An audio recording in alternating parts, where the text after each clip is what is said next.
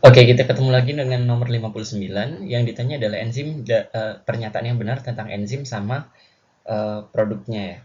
Nah, berarti kata kuncinya adalah enzim. Kita lihat di opsi A, ini ada enzimnya adalah amilase.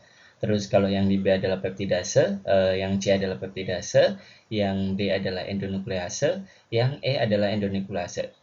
Jadi secara singkat ada tiga enzim yang ada ditanyain yaitu amilase, peptidase, sama endonuklease. Sekarang kita pakai kata-katanya aja ya. Enzim itu kan ciri enzim. Ciri secara tata bahasa enzim itu kan belakangnya adalah ase. Kayak gini kan. Misal amilase. Amilase ini terkenal, amilase ini kan terkenal, ase-nya adalah kata akhiran ase nunjukin bahwa dia adalah ciri dari enzim kan. Nah, amila itu dari kata dasar amilum, amilum alias karbohidrat, berarti amilase artinya adalah ase alias enzim yang mencerna amila alias amilum. Jadi dia mencerna amilum. Berarti gimana tulisannya? Jadi amilum, kalau kita punya amilum, amilum itu karbohidrat ya. Kalau misalkan kena amilase, berarti dia akan dicerna gitu kan.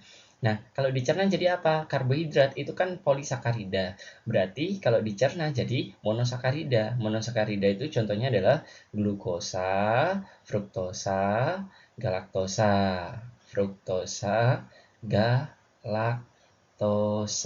Ini by the way soal galaktosa, glukosa ini ditanyain juga di UTUL tahun 2000 entah 2015, 16 atau berapa, seingat gue pernah baca.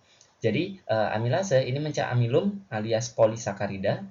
Polisakarida itu berarti sakarida alias gula yang gede, gula yang banyak, menjadi ini glukosa, fruktosa, galaktosa ini adalah monomer alias satuan. Monosakarida alias gula kecil-kecil. Ya kayak simple kayak kalian punya pohon yang gede, kalau dipotong pemotongnya ada amilase ya jadi pohon yang kecil ya kan. Eh, eh, jadi batang yang kecil-kecil. Kecilnya itu monosakarida, gedenya adalah polisakarida.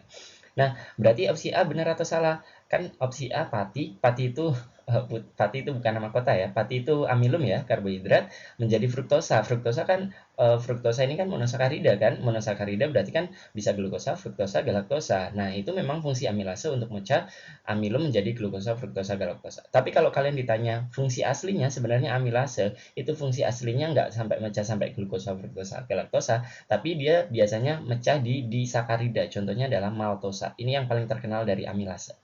Maltosa. Maltosa itu adalah disakarida. Disakarida dari kata dua ya, sakaridanya adalah gula sama di itu kan dua, berarti gulanya ada dua. Nah, berarti maltosa itu terdiri dari dua gula, yaitu monosakarida plus monosakarida. Monosakarida yang paling terkenal kan glukosa. Ya udah tulis saja glukosa ditambah dengan maltosa itu adalah ditambah dengan glukosa juga. Nah, kayak gitu. Nah, nanti maltosa nanti biasanya akan dipecah lanjut menjadi kayak gini. Gue kasih panah lagi ya. Dari disakarida dipecah jadi monosakarida. Biasanya itu nggak tugas amilase, biasanya tugas dari disakaridase. Ase kan enzim kan. Contohnya misal maltase. Maltase. Maltase itu apa? Aslinya kan enzim, nggak usah pusing-pusing ya. Aslinya kan enzim, maltanya adalah maltosa. Maltosa disakarida yang dari glukosa sama glukosa. Kalau dipecah ya jadinya pasti glukosa sama glukosa alias monosakarida. Berarti A benar ya. Nah, yang B peptidase. Berarti nggak usah pusing-pusing, berarti apa? Peptidase. Aslinya kan berarti enzim. Berarti peptidnya adalah peptid itu apa? Peptid itu adalah protein ya, pepton. Jadi peptida ya, peptida itu ukuran yang lebih kecil dari protein.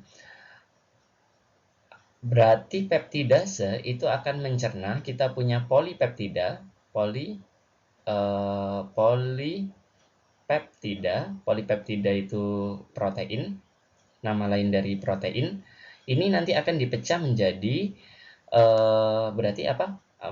Penyusun dari protein monopeptida alias asam amino. Jadi secara simpel itu kayak gini ya, gua tulis dulu ini buat menerangi jalan.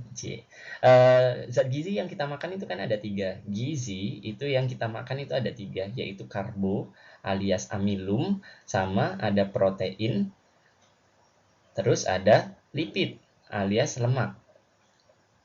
Tadi karbo nama lainnya apa? Amilum. atau polisakarida. Nah, ini nanti kan akan dipecah jadi kecil-kecil kan? Dipecah jadi kecil-kecil. Kalau karbo dipecah jadi itu tadi, gue udah tulis ya, monosakarida. Contohnya paling sering adalah glukosa. Kalau protein dipecah jadi monomernya namanya adalah asam amino. Nah, kalau lipid, kalau dipecah jadi asam, gue singkat AS ya, asam lemak ditambah dengan gliserol. Kayak gitu. Nah, ini adalah enzimnya di sini berarti tadi apa? Kan mecah amilum berarti amilum ase ya, amilase. Kalau di sini protein berarti protease. Kalau lipid kalau nyerna lipid berarti lipidase ya, lipase. Simpel kan? Nah, berarti peptidase itu ya, nama lainnya ini ya, polipeptida ya, protein. Berarti kalau dicerna jadinya asam amino ya. Bukan nukleosida, nukleotida itu kan penyusun dari DNA ya, ini bukan. Nah, terus yang C, peptida itu gua kasih ini ya, highlight ya. Peptida itu kan protein, ya kan? Sedangkan peptidase itu ya berarti di sini kan protease kan. Nah, berarti nggak ada hubungannya sama karbo, ya kan? Nggak ada hubungannya sama karbo, berarti ya di sininya salah ya. Terus yang D, asam nukleat dipecah sama endonuklease jadi nukleotida. Oke, kalau misalkan pusing, gue skip ke E-nya dulu ya, yang lebih gampang ya. Protein pakai endonuklease. Kata dasarnya apa? Nuklease ya. AC-nya adalah enzim, nukleanya adalah asam nukleat. Nah, berarti ya seharusnya mecah asam nukleat. Di sini yang dipecah protein, berarti salah ya. Jadi asam amino. Ini seharusnya fungsinya bukan endonuklease, tapi protease alias peptidase. Contoh gampangnya adalah di soal nomor 57 ya, udah gua bahas kalau akhirannya in itu artinya protein. Contoh enzim yang nyerna protein itu ya pepsin, renin, tripsin, akhirannya in.